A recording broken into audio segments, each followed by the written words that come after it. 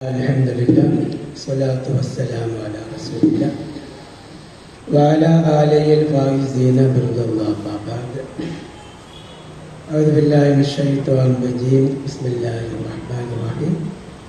Qul hal yastawi alladhina ya'lamuna wal ladhina la ya'lamun. Qala an-nabiy sallallahu alayhi wasallam al-ulama warasatul anbiya. ബഹുമാനവും ആദരവും സ്നേഹം നിറഞ്ഞ സയ്യിദ് അവറുകളെ, ഹംസ ഹാജി, കുഞ്ഞ വൈദ്യൻ ഹാജി, ബാബ ഹാജി, മമ്മൂട്ടി ഹാജി, ബഹുമാനപ്പെട്ട സദർ ഉസ്താദ്, വിഷയ അവതരണം നടത്താനെത്തിയിട്ടുള്ള സരീഫ് മാസ്റ്റർ,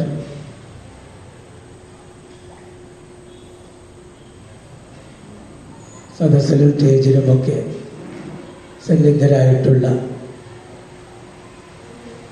മുഅ്മിനീങ്ങളെ, അസ്സലാമു അലൈക്കും വറഹ്മത്തുള്ളാഹി വബറകാതുഹു. അൽഹംദുലില്ലാഹ്, വളരെ നല്ല ഒരു പദ്ധതിക്കാണ് മഹല്ല് കമ്മിറ്റി ഭാരവാഹികളും മഹല്ലത്തിന് നേതൃത്വം കൊടുക്കുന്ന ഖാദി, ഖതീബ്, മുദർരിസ്, മഹല്ലത്തിന്റെ ദീനീ പുരോഗതിക്ക് വേണ്ടി, ദീനിയായ പ്രവർത്തനത്തിന് വേണ്ടി നേതൃത്വം കൊടുക്കുന്ന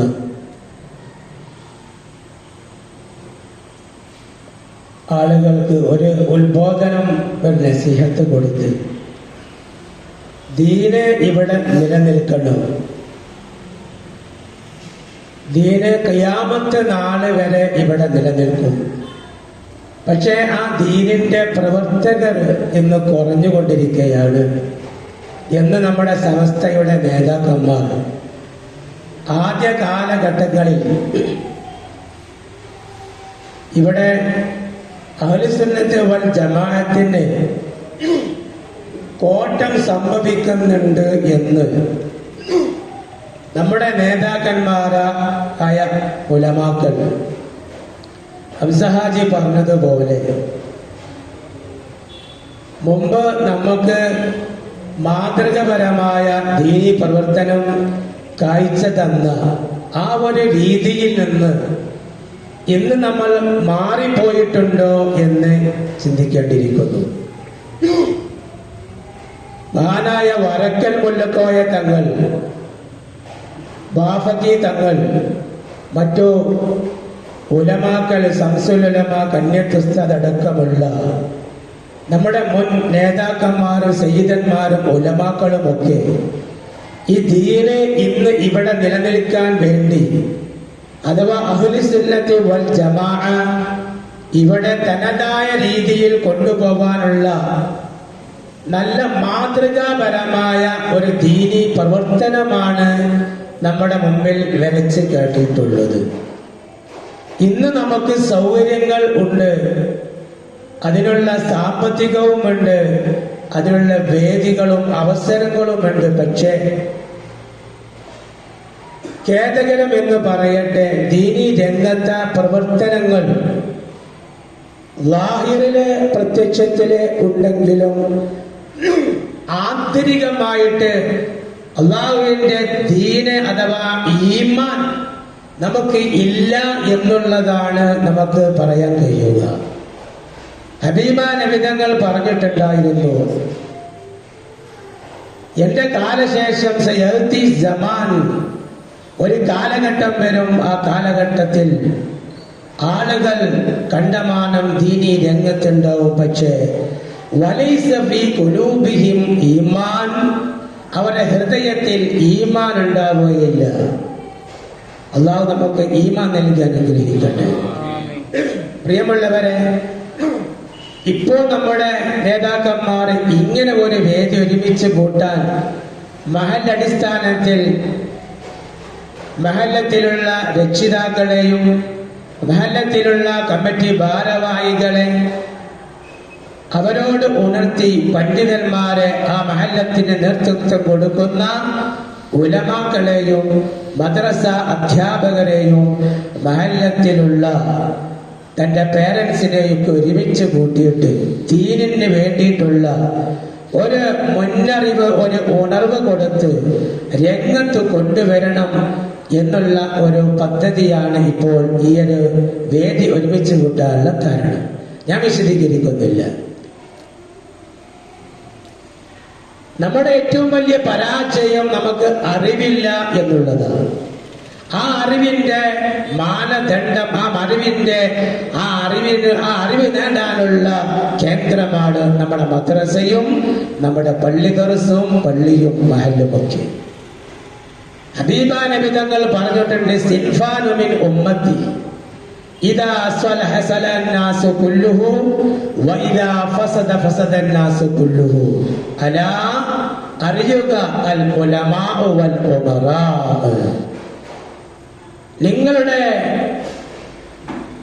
മഹല്ല് നന്നാവണമെങ്കിൽ, ആത്മീയമായി ഇസ്ലാമിന്റെ ദീനി ചിട്ടയിലൂടെ മുന്നോട്ട് പോവണമെങ്കിൽ നിങ്ങളുടെ നാട്ടിലുള്ള ഉലമാക്കൾ നന്നാവണം. അഥവാ ഈ ഉള്ളവൻ തന്നെ നിങ്ങളെ ഖതീബും മുദരിസുമായ എന്നോടാ ഞാൻ പറയുന്നത്. ഞാന് പള്ളിയിൽ ഇരുന്നു കൊണ്ട് ഒരു പ്രഭാഷണം നടത്തി കേവലം ഒരു ഭാഗത്ത് ഇരിക്കേണ്ടവനല്ല. കാരണം മുൻകഴിഞ്ഞ മഹാന്മാര് ചെയ്തു വെച്ചത് ജനങ്ങളിലേക്ക് ഇറങ്ങി, തന്റെ മഹല്ലത്തിലേക്ക് ഇറങ്ങി, തന്റെ സമുദായത്തിലേക്ക് ഇറങ്ങി. ബഹുമാനപ്പെട്ട ഹൈദർ ഉസ്താദൊക്കെ ഈ ദീനിന് വേണ്ടി, ഈ സമസ്തയ്ക്ക് വേണ്ടി ദീനിനെ ചെറുതായ രീതിയിൽ പ്രബോധനം ചെയ്യാൻ വേണ്ടി സ്വന്തം കീശയിൽ നിന്ന് കാശെടുത്തിട്ടാണ് ദീനി പ്രബോധനം നടത്തിയത്. ഞങ്ങളോ ഇപ്പോഴുള്ള പണ്ഡിതന്മാരോ ഞാൻ എന്നടക്കം കുറ്റപ്പെടുത്തുകയാണ്. അതിന് കാരണവും ഉണ്ട്. ഇന്ന് നമ്മൾ മഹല്ലത്തിന്റെ പ്രവർത്തനത്തിന് വേണ്ടി ഉമറാക്കളോട് പറയുമ്പോൾ അതൊന്നും ഇപ്പം നടക്കൂലെന്ന്, നമ്മളൊന്നും സ്കോഡ് വർക്ക് നടത്തുക എന്ന് പറഞ്ഞാൽ അതിൻ്റെ ഒന്നും ആവശ്യമില്ലാന്ന്. നമ്മളൊന്ന് മഹല്ലിലെ വീടുകളുടെ സ്ഥിതിഗതികളൊന്ന് അറിയാനൊന്ന് ഒരു നല്ലൊരു ക്ലാസ് വെക്കുക. ഇന്നിപ്പോ അറിവിന് ആർക്കാ കുറവുള്ളത് എന്ന് പറഞ്ഞു ഉമറാ പിന്നോട്ടടിച്ചോ. അപ്പോൾ ഉമറാക്കളും അവിടെ ഉലമാവും ഉമറാവും ഒന്നിച്ചു നിന്നുകൊണ്ട് ദീനിന്റെ പ്രവർത്തനത്തിന് വേണ്ടി ഇറങ്ങിയാൽ തീർച്ചയായിട്ടും നമ്മുടെ മഹല്ല് മാതൃകാപരമായ മഹല്ലായി മാറും. അള്ളാഹു തൗഫീഖ് ചെയ്യട്ടെ. എന്റെ കേട്ടറിവിലെ ആലിഞ്ചോട് മഹല്ല് പണ്ടേ ദീനി ബോധമുള്ള മഹല്ല, പണ്ടേ ദർസ് നടത്തി കുറെ പണ്ഡിതന്മാരെ വാർത്തെടുത്ത് പുറത്തുവിട്ട മഹല്ല. എങ്കിൽ വിരലിലുണ്ടാവുന്ന പണ്ഡിതന്മാരാണ് നമ്മുടെ മഹല്ലത്തിലുള്ളത്. നമ്മുടെ മഹല്ലത്തിന്റെ പരിവർത്തനം നമുക്ക് കൂടുതൽ മനസ്സിലാവണമെങ്കിൽ എത്രയോ പണ്ഡിതന്മാർ ഇവിടുന്ന് പഠിച്ച് ലോകത്തിന്റെ രാജ്യത്തിന്റെ പല ഭാഗങ്ങളിൽ സേവനം ചെയ്യുമ്പോൾ അതിനുള്ള കൂലി നിങ്ങൾക്ക് കിട്ടുമെങ്കിലും നമ്മുടെ മഹല്ലത്തിൽ ഒരു ദർസ് നടത്താൻ പറ്റിയ ഒരു മുദരിസ്, ഒരു ഖതീബായി നിൽക്കാൻ പറ്റിയ ഒരു ഖതീബ് നമ്മുടെ മദ്രസയിൽ അധ്യാപകരുണ്ട്. അൽഹംദുലില്ലാ, അവരുടെ സേവനം സ്വീകരിക്കട്ടെ. നമ്മുടെ മഹല്ലിന്റെ നാട്ടു ദർസിന് അതിനുള്ള പ്രചോദനം കൊടുത്ത്, അതിനുള്ള തർബിയത്ത് കൊടുത്ത് നമ്മുടെ മഹല്ല് കമ്മിറ്റി മുന്നോട്ട് വന്നാൽ വരും തലമുറകളെ നമ്മുടെ മഹല്ലത്തിന് ഉപകരിക്കും. ഉമറാ കൂടി ചെയ്യേണ്ട കാര്യങ്ങൾ ഒട്ടനവധിയുണ്ട്. ഞാൻ വിശദീകരിക്കുന്നില്ല. കരീം ഉസ്താദ് അവരൊക്കെ നമുക്ക് വിശദമായി പറഞ്ഞു തരും. ഒരു മഹല്ല് നന്നാവണമെങ്കിൽ ഈ ഉലമാവും ഉമറാവും നന്നാവണം. പള്ളിയിൽ ഇരുന്നത് കൊണ്ട് കാര്യമല്ല. പ്രബോധനത്തിന് സ്റ്റേജും പേജും ഉപയോഗിച്ചാൽ ഇന്ന് പ്രിയപ്പെട്ടവരെ പഴയ ആ ഒരു മാതൃകയിലേക്ക് നമ്മൾ ഇറങ്ങിച്ചെല്ലാം. വ്യക്തികളെ കണ്ട് പറയണം. ദീന് നമ്മുടെ മഹല്ലത്തിൽ നിലനിൽക്കണമെങ്കിൽ, ദീനിന്റെ മക്കൾ നമുക്കുണ്ടാവണമെങ്കിൽ നമ്മുടെ കാലം കഴിഞ്ഞു പോവുകയാണ്. പറഞ്ഞുവല്ലോ, മരിക്കാൻ പോകുന്നു നമ്മള്, വയസ്സായി നമ്മള്. ഇനി നമ്മുടെ മക്കൾ ഈ മഹല്ലത്തിന്റെ നേതൃത്വം വഹിക്കണം. അതിനെന്ത് വേണം? ഈ ഉലമ ഉമറ ഇറങ്ങി പ്രവർത്തിക്കണം. പള്ളി അൽഹംദുലില്ലാഹ് നമ്മൾ കയറ്റുന്നുണ്ട്, സുന്ദരമാക്കുന്നുണ്ട്. അള്ളാഹു സഹായിക്കട്ടെ.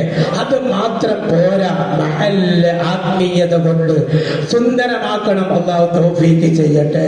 കേട്ടോ, വ്യക്തി എന്താണ് നമ്മുടെ മഹല്ലത്തില് ഈ ഉലമ ഉമറാവ് ചെയ്യേണ്ടത്? നമ്മുടെ മഹല്ലത്തില് ഒരു വ്യക്തിയും നിസ്കാരം ഇല്ലാതെ പോകരുത്. നമ്മുടെ ഓരോ എത്ര വീട് നമ്മുടെ മഹല്ലത്തിലുണ്ട്, ആ മഹല്ലത്തിൽ പ്രായപൂർത്തിയെത്തിയ ഒരു വ്യക്തി നിസ്കാരം ഒഴിവാക്കരുത്. അതിന് സ്ക്വാഡ് വർക്ക് നടത്തണം. അതിന് കമ്മിറ്റിയും ഉസ്താദും വീടാന്തരം കയറി ഇറങ്ങണം. ജുമയ്ക്ക് വരാത്ത എത്ര ആളുകളുണ്ട്, കാരണം കൂടാതെ ജുമയ്ക്ക് വരാത്തവർക്ക് ആക്ഷൻ എടുക്കണം കമ്മിറ്റി, ഖതീബ്. ഇത് നമ്മുടെ ഉത്തരവാദിത്തം. ദീൻ നമുക്ക് വേണം. നമ്മുടെ മഹല്ല് മാതൃകയാവണം. അള്ളാഹു തൗഫീഖ് ചെയ്യണേ. എന്റെ കൂടെ നിങ്ങൾ ഇറങ്ങുമോ? ഞാൻ ഒന്ന് രണ്ട് ആളുകള് ഈ ഒരു പരിപാടി ഇവിടെ ഇതിനു മുമ്പ് ഒന്ന് രണ്ട് ആളുകൾ കമ്മിറ്റിയിൽപ്പെട്ട ആളുകൾ പറഞ്ഞു, ഉസ്താദ് മഹല്ലൊന്ന് സ്ക്വാഡ് വർക്ക് നടത്തായിരുന്നു. അപ്പം പറഞ്ഞു, റബീഉൽ അവ്വൽ കഴിയട്ടെ, കമ്മിറ്റിയുമായി കൂടി ആലോചിച്ച് നമുക്ക് ഒരു സ്ക്വാഡ് വർക്ക് നടത്തി നമുക്കൊന്ന് മഹല്ല് മൊത്തം വന്ന് ഇറങ്ങി പ്രവർത്തിക്കാം. അള്ളാഹു തൗഫീഖ് ചെയ്യട്ടെ എന്ന് പറഞ്ഞു വെക്കുമ്പോഴാ ഈ ഒരു ക്ലാസ് ഇവിടെ വരുന്നത്. കേട്ടോ, നമ്മുടെ മനസ്സ് പോലെ ഈ ജമിയത്തുൽ ഉലമ, നമ്മുടെ സമസ്തന്റെ നേതാക്കന്മാർ നമ്മുടെ കൂടെയുണ്ട്. നമുക്ക് നേതൃത്വം തരുന്ന ഒരു ഉലമ സംഗമമുണ്ട്, ഒരു പണ്ഡിത നിരയുണ്ട്. ഇത് നമ്മൾ നെഞ്ചേറ്റി അവർ പറയുന്നത് കേട്ടാൽ ഇൻഷാ അല്ലാഹ് നമ്മുടെ മഹല്ല് പൂർവേപരി ഇതിനേക്കാൾ നമുക്ക് നന്നാക്കി എടുക്കാൻ സാധിക്കും. ഞാൻ വിശദീകരിക്കുന്നില്ല. പിന്നെയോ, പള്ളിയിൽ ജുമുഅക്ക് വരുന്നത് പോലെ ജമാഅത്തിന് വരാൻ സാധിക്കും, നമുക്ക് സാധിപ്പിച്ചുകൂടെ? ജുമുഅക്ക് വരും പോലെ എന്ന് പറയാന്ന് മാത്രമേ ഉള്ളൂ. കഴിവിന്റെ പരമാവധി ഈ പീടികയിലുള്ള ആളുകൾ, നമ്മുടെ മഹല്ലത്തിൽപ്പെട്ട ആളുകൾ, ഈ ബാക്കി കേൾക്കുന്ന ആളുകൾക്ക് ജമാഅത്തിന് ഒരു കാരണവും കൂടാതെ വെറുതെ ഇരിക്കുന്ന ആളുകൾക്ക് ജമാഅത്തിന് വന്നുകൂടെ? സുബഹിക്ക് നമുക്ക് ഒരു പണിയുമില്ലല്ലോ, ഈ പള്ളി ജമാഅത്തിലേക്ക് സുബഹിക്ക് നമുക്ക് വന്നുകൂടെ? എന്തുകൊണ്ട് വരാൻ പറ്റുന്നില്ല? ഞാൻ ഇങ്ങനെ ഇറങ്ങി പ്രവർത്തിച്ചിട്ട് കുറെ മഹല്ലത്തിൽ അതിന് പരിഹാരമുണ്ടായിട്ടുണ്ട്. ഞാൻ വെറുതിരിക്കുന്ന ആളല്ല, ഞാൻ പവർ പറയല്ല. ഞാൻ വന്നിട്ട് 6 മാസമല്ലേ ആയിട്ടുള്ളൂ. റബീഉൽ അവ്വൽ കഴിഞ്ഞിട്ട് കമ്മിറ്റിയുമായി ബന്ധപ്പെട്ട് ജമാഅത്തിന്റെ നിസ്കാരം ഖളാക്കുന്ന ആളുകള് ഇങ്ങനെ പരിശോധിച്ചിട്ട് അവർ പറഞ്ഞു കൊടുക്കുക, ദീനു അന്നസീഹ ഫദക്കിർ അൻത മുദക്കിർ. ശരീഫ് ഉസ്താദല്ല നമ്മളെ എന്ത് ചെയ്യേണ്ടത്? നമ്മളെ മഹല്ലത്തിലേക്ക് പിടിച്ചിറക്കേണ്ടത്, ഇറക്കേണ്ട ഉത്തരവാദിത്വം എനിക്ക്. ശരീഫ് ഉസ്താദ് പ്രബോധനം ചെയ്യുന്ന ആളാ, മൂപ്പരിതിന് ഉത്തരവാദിയല്ല. ഞാൻ ഉത്തരവാദിയാണ്, നിങ്ങളും ഉത്തരവാദിയാ. മഹല്ലിലുള്ള മഹല്ലിലെ വീട്ടുകാര് അവരും ഉത്തരവാദികളാ. അല്ലാഹു തആല നന്മ ചെയ്യാൻ തൗഫീഖ് ചെയ്യട്ടെ.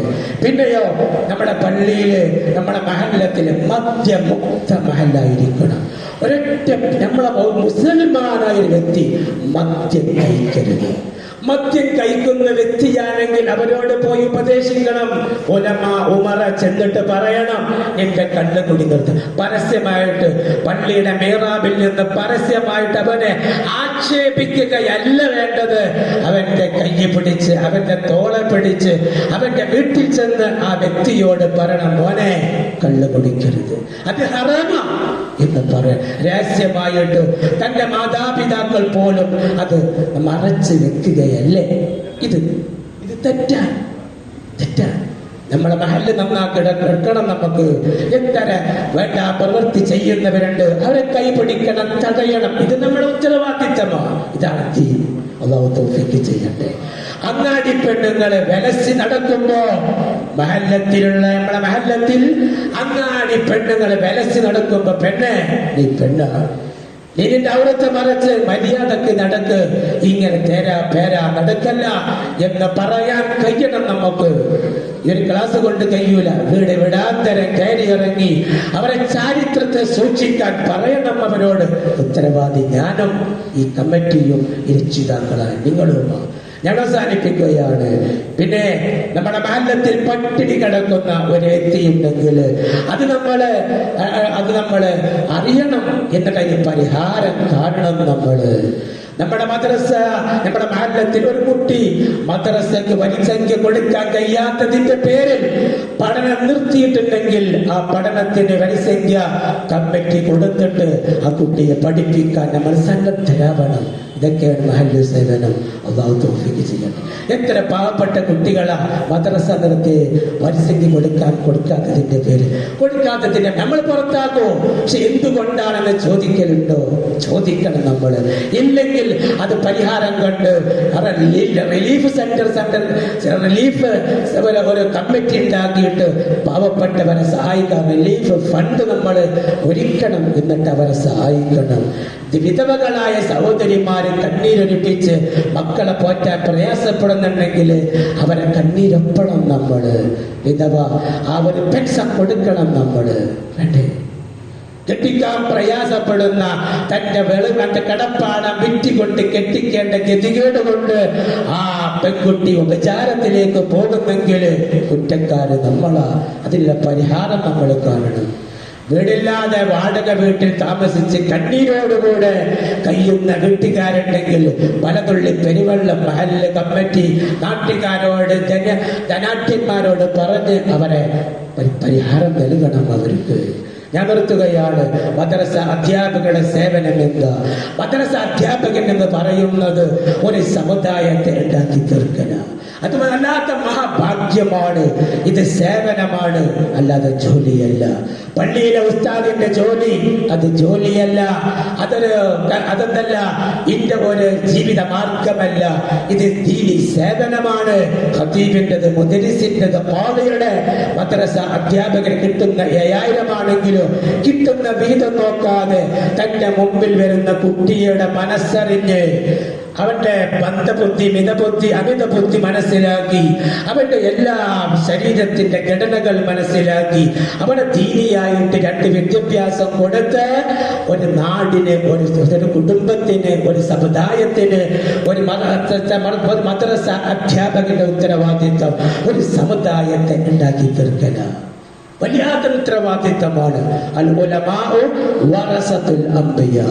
അംബിയാക്കളുടെ അനന്തര അവകാശികളാണ്. അംബിയാക്കൾ കഷ്ടപ്പെട്ടത് ഈ ദീൻ ഇവിടെ നിലനിർത്താൻ എത്രയാണ് കഷ്ടപ്പെട്ടത്, അവര് എത്രയാണ് സഹിച്ചത്. നമ്മളിവിടെയാ സഹിച്ചത്. അതുകൊണ്ട് അധ്യാപകന്മാരായ ഞങ്ങൾ, ഉസ്താദ്മാരായ ഞങ്ങൾക്ക് നല്ല ആത്മാർത്ഥത ഉണ്ടായിരിക്കണം ചെയ്യുന്ന ജോലിയിൽ. അല്ലാഹു തൗഫീഖ് ചെയ്യട്ടെ. ഞാൻ വിശദീകരിക്കുന്നില്ല. രക്ഷിതാക്കളായ നിങ്ങളുടെ ഉത്തരവാദിത്വം തർബിയത്താണ്. അല്ലാഹു തആല തൗഫീഖ് ചെയ്യട്ടെ. ഇതിനൊക്കെ വേണ്ടത് നല്ലൊരു മനസ്സ്, ഈമാന്റെ മനസ്സാണ്. ആ ഈമാൻ ദീനാണ്. ആ ദീൻ ഇവിടെ നിലനിൽക്കണം. അല്ലാഹു തആല തൗഫീഖ് ചെയ്യട്ടെ. അസ്സലാത്തു ഇമാതുദ്ദീൻ. ദീനിന്റെ തൂണ് നിസ്കാരമാണ്. അത് പഠിപ്പിക്ക് ചെറുപ്പം മുതൽക്ക് കുടുംബത്തിനും മക്കൾക്കും മഹല്ലിവാസികൾക്കും. വാഖിറു ദഅവാനാ അൽഹംദുലില്ലാഹി റബ്ബിൽ ആലമീൻ. ബിസ്മില്ലാഹിർ റഹ്മാനിർ റഹീം എന്ന വാക്കോടുകൂടെ ഈ യോഗം ഉദ്ഘാടനം ചെയ്തിട്ട് പ്രഖ്യാപിക്കുന്നു.